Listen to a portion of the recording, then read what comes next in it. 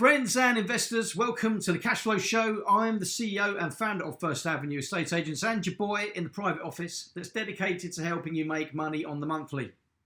First Avenue manages £500 million in new build property and with over 1,000 happy landlords and investors doing business with us right now. Today, I'm bringing you the best action available for your money to help you make bank monthly. I'm investing in Liverpool and I want you there with me. The returns are 8 to 10 year investments, should yield 150%.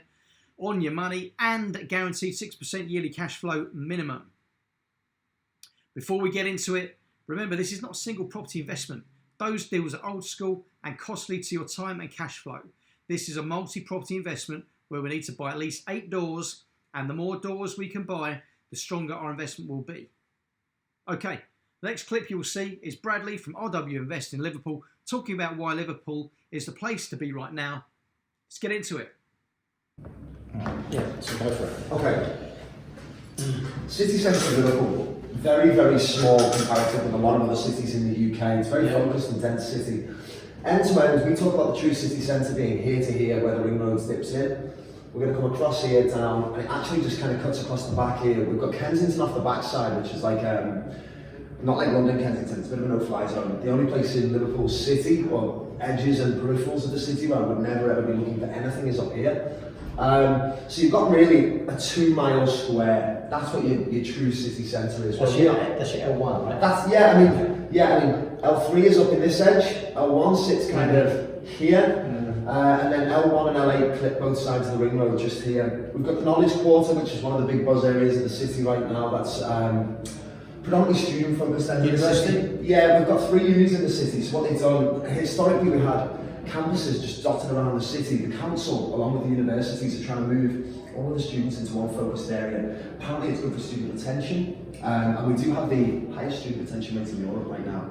So people aren't just coming here to study, they're coming to stay in postgrad. But yeah, so I mean, that area of the city is a slightly younger demographic, certainly net incomes wise, they have a little bit less disposable, I would imagine, as well, although I'm speaking quite generally, but you know, I'm sure there's still wealthy people living around this area. But over this side of the city, we expect to be your cheaper renters, smaller units, a lot more studio-based projects, a lot less of the bigger 1-2s, and a lot less of the fancier stock. Now, our city isn't like a lot of other cities, so you know, if you had London here, London expanded 360 degrees, it just blew up as a mass, right? Liverpool, we don't have that luxury. Backside of the city, like I say, we've got Kensington, which is a no-go, and we've got a lot of greenbelt land here, which is just never going to be able to be developed on. So really, our city can't go this way. We can't go this way because there's a very big puddle in the way, right? Although we are doing some work over on this side. We've got 6.5 billion being spent regenerating the water on this side, 5.5 billion being spent on this side, regeneration, new business district, new commercial district coming in. It's being done by Peel Holdings, who are the guys who did Media City in Manchester. Yeah. Huge company. So that's 5.5 billion being spent over the next 30 years, 22,000 jobs and 9,000 new homes. This is the London Docklands 2.0. The prices are crazy low, the rents are heavy duty. There's a new underground station opening right on top of these apartments, which is going to give us 30% uplift in capital growth overnight. That's not guesswork. I've seen it happen in London, Singapore and Hong Kong. So our city's a little different. What's actually happening is we're getting longer. So it's kind of end to end. So we have northern regeneration, southern regeneration. The pockets where we're focused, north edge is anywhere near the Royal Hospital. So on Islington, anywhere around New Islington and into the Knowledge Quarter. That little spot in the city is fantastic right now. There's a lot of money being spent there, and obviously a lot of opportunity as well. There's also plenty of land still there. It's not as dense as you are right in the middle of the shopping centre. So that's like the northern pockets we're looking at, even right as far as, not quite into Vauxhall, but just up to about here actually. South side of the city is all revolving around the Baltic Triangle, a little bit of the Georgian Quarter as well, but Georgian Quarter's getting to be more saturated. This little triangle of the city here is of particular interest to us. We've had between 500 and 1,000 new small business startups in 24 months there. It's really weird. Have you spent any time in Shoreditch? Yeah. Okay. Oh, do you know, I hate the fact that I've just done that before I'm taking you down there. Lots of our London clients, when they go to this area, the first thing they say is, this feels so Shoreditchy. Yeah. It's basically, it was a run of disused warehouses. When Liverpool was the big port city, which we were for many years, you can think of the Baltic Triangle as like a national logistics hub. It was just warehouses for storing goods ahead of them being shipped off to wherever else in the country they were going to, right? Now, from where we are now, you're talking 10 minutes walking. You know, it's a very central area that was unloved and left to kind of rot for a long time. Now, in the last 8 years, since we've had the shopping centre redevelopment and everything here, everything's kind of pushing over and into it now. So a lot of the warehouses have been converted into office spaces. So, do you know WeWork? Yeah. Same principle. I'll show you some of their stuff. It's a company called Baltic Creative. They're setting up small serviced offices in and around the area. Companies who don't need shop front premises, you know, in the middle of L1. These guys move out there, so it's predominantly kind of tech sector companies actually. We've run the highest speed broadband in the northwest has been run down the spine here in Jamaica Street. And we've got lots of the web developing companies. We've actually got some architects practices set up down here, but it's mostly centred around tech stuff. A couple of the papers have picked up on it, and it's actually something I didn't know, but obviously you have Silicon Valley in the States. Apparently in London they have the Silicon Roundabout. Yes, in Croydon. Okay, so you know of this. So Yeah. I didn't until very recently when I saw the papers talking about the Silicon Triangle, which is just our little spin on it, right? It was written by The Echo and I think whatever the free paper is that you get on the trains. Metro, thank you, yeah. So, I mean, that pocket is our prime focus right now, very closely located to the waterfront, but we've got the new commercial district. You're talking 300 or 400 metres up off the... So is that the new commercial district, is that ready to go, or is that they're building that? All in builds right now. When we go down there, I'll take you for some of the initial foundation works. We've got some lift shafts coming out the ground now. Right. Buildings like the Shanghai Tower and stuff. I'll show you. So what are they saying for the turnaround, like completion for? It's a 10-year project all in, but phase by phase you're talking... If they're starting to build, usually you'd say like 2021 or 2022, something like that. If it's coming out the ground now, it's... In the next 3 years we're going to have the bones on it. But it's huge. I'm going to show you it now just so you can see the kind of scale we're talking here.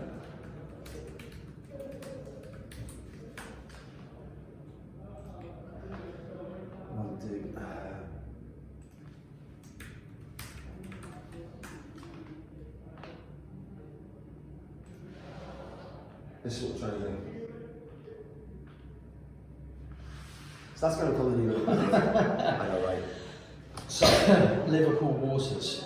Building here, the Shanghai Tower. It's going to be the tallest building in the UK. Sorry, here, tallest building in the UK outside of London. Is this all going to be residential? No, it's Or is it going to be 90% like business? commercial. Commercial. 90% commercial. So you got business. Yeah, okay, well that's pretty Huge. wild. Now, it's one of those things. I think with £15 billion, you spend that in London, it gets swallowed, right? Yeah, we get nothing for your money. Yeah. In Liverpool, £15 billion goes a long way to regenerating the city. We've got major transport link changes. So, for example, in the Baltic Triangle area, Isn't there a disused station that's going to be reopened? Is that happening? so that is going there on that corner. It's a 3 or 4 year project all in. Where's Baltic Triangle? Baltic Triangle Just is- right there. Oh, I mean, Oh, so it's there. So it's across the road. We have 2 sites going up within 300 metres of the station. And what about transport at the minute? How's transport? At So the right minute? now it's good. We've got underground stations here, and one more somewhere. Okay, so let's just say you're living in the Baltic Triangle. How are you getting to work? So right now you're walking distance from our projects in Baltic Triangle to the business district, 14 minutes. Okay, so so it's a walk to work. Walking, right, yeah. really straightforward. Now, January, February, once it's snowing, or we've got a bit of ice down, it's cold. Yeah. When we get the new station open, it's 90 seconds straight into the business district. There is clearly a lot of prosperity in Liverpool. I can see it in the cars that people are driving and the vibrancy of the city. The Baltic Quarter, where investing has a Shoreditch type vibe, which I'm loving. Let's follow Bradley now to a show apartment so we can see the quality of the build we're expecting from our investment. So this is just a duplex 2-bed. Yeah. But cool little townhousey feel to them, and I mean, you'll see after you. Cool. The finished quality of the stack on them is incredibly high. One Baltic square that we're looking at is maybe 10 or 20% up from this. You know, they're going with quartz on the worktops instead of composite. Stupid things like you feel the weight in the doors. You know, they've got a bit exactly like you did then. But, you know, nice quality finished apartments. And the sizes on them are good as well. But like I say, the dress will be just a touch higher. Like I said, you go quartz. Again, soft close on everything, and everything's handleless now. As someone who's got a bit of a lettings background, what we've been informed by some of the developing partners and some of the lettings agents we work with is that they have some issues with, or one of the most common kind of perishables is your door handles. So removed from everything now. So I go with everything's lit. Yeah, I think that's a good idea. I mean, Very pretty much so. everything I'll do. So, Like, you know, spec wise, I think this thing's 67 square meters, something like that. And even the bathrooms, you know, the detailing on them for a mass market product. yeah, that's good. Very high quality finish. I'm someone who's a bit snag obsessed. I have been looking, I found a few, but nothing massive. And I scrutinise. Silly little touches though, like for example, everything has opening windows here, but we still have air purification unit. Oh yeah, we've got these Ventaxia type things. You know, Yeah. Silly little things like this, but it makes a bit of a difference. Bedrooms, both good size, decent wardrobes, everything on the quality wise is good on them, you know. They're properly built, they're not rattly, they're not sitting very loose. Bathrooms again, really good size, very nice dress, very nice finish on them.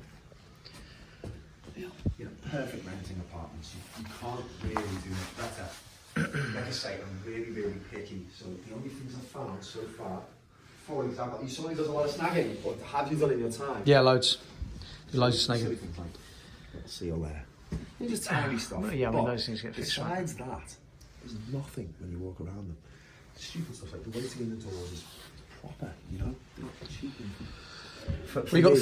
I know it sounds daft. It's one of those silly little things, but you've got 3 hinges. Okay, so those kind of things count. Well, it does because it's all from a quantity size point of view, right? That you know, it doesn't matter on one hinge, but then every door, and then every flat, right? Yeah. So you know, from a cost point of view, it's kind of you can see these things. Where they've used brushed aluminium on the light switches. You have to. Same brushed aluminium on the door handles as well. Well, I think brushed aluminium, if you can do it, is the best anyway, because you know it doesn't attract fingerprints, but also it's a slightly better quality than your plastic ones. If you're trying to attract a premium rental value for your unit, little touches like that. The difference between a renting for $750 and renting for $900 is when you feel the weight in the doors and you see a quartz top and it just feels that little bit better dressed. Well, yeah, I mean, I'm adept at spotting cheap new build versus quality new builds. And where does this sit for you? It's about mid-range, actually. I think, look, it's certainly not a bad.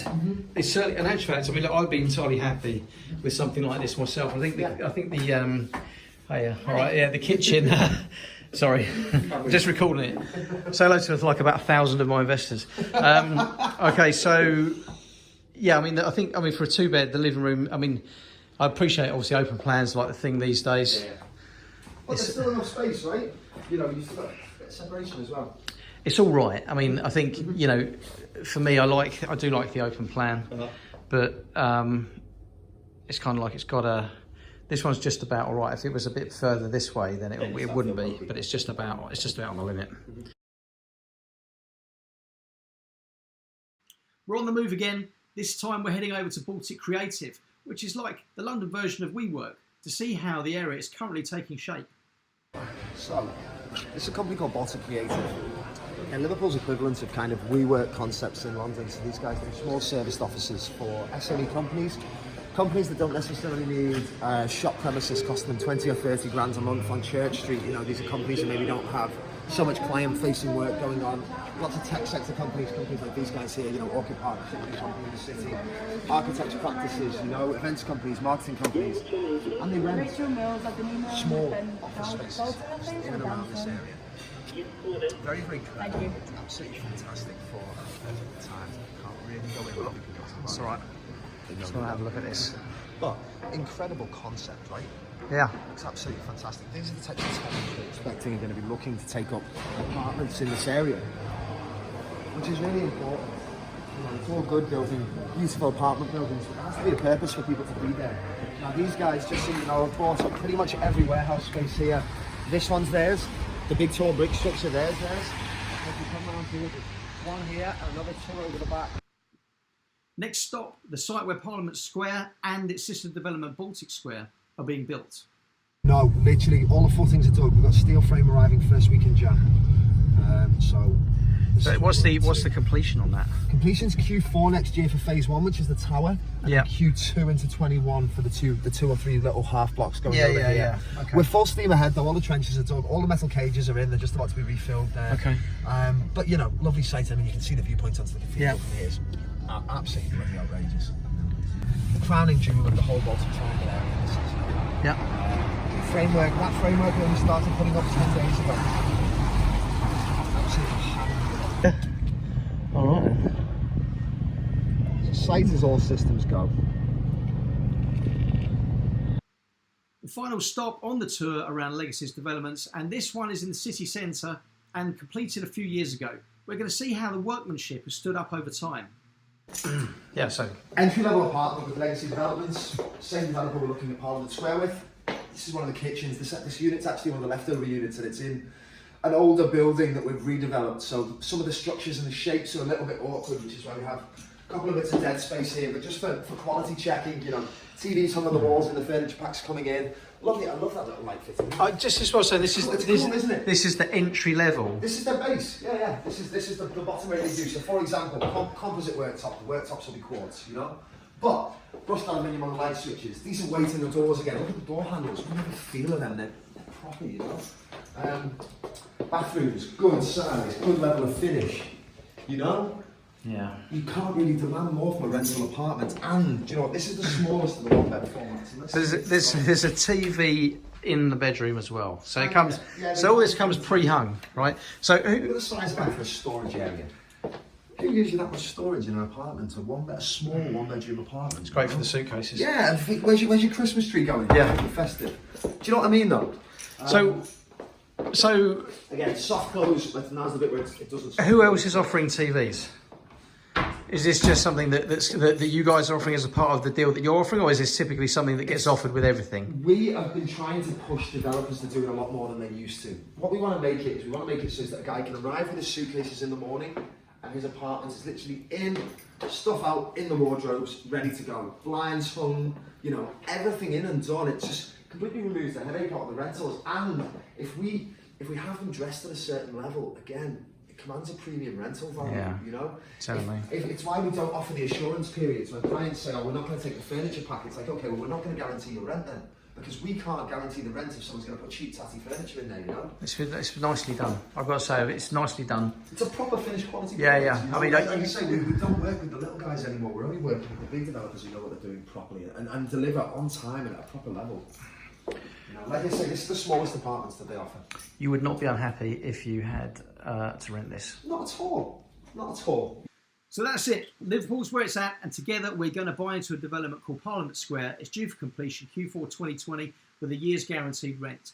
Together we have the buying power, which gets us a discount to buy crazy low and rent crazy high and get a solid 6% guaranteed yield for 8 to 10 years and a projected 100% on your investment stake when we exit.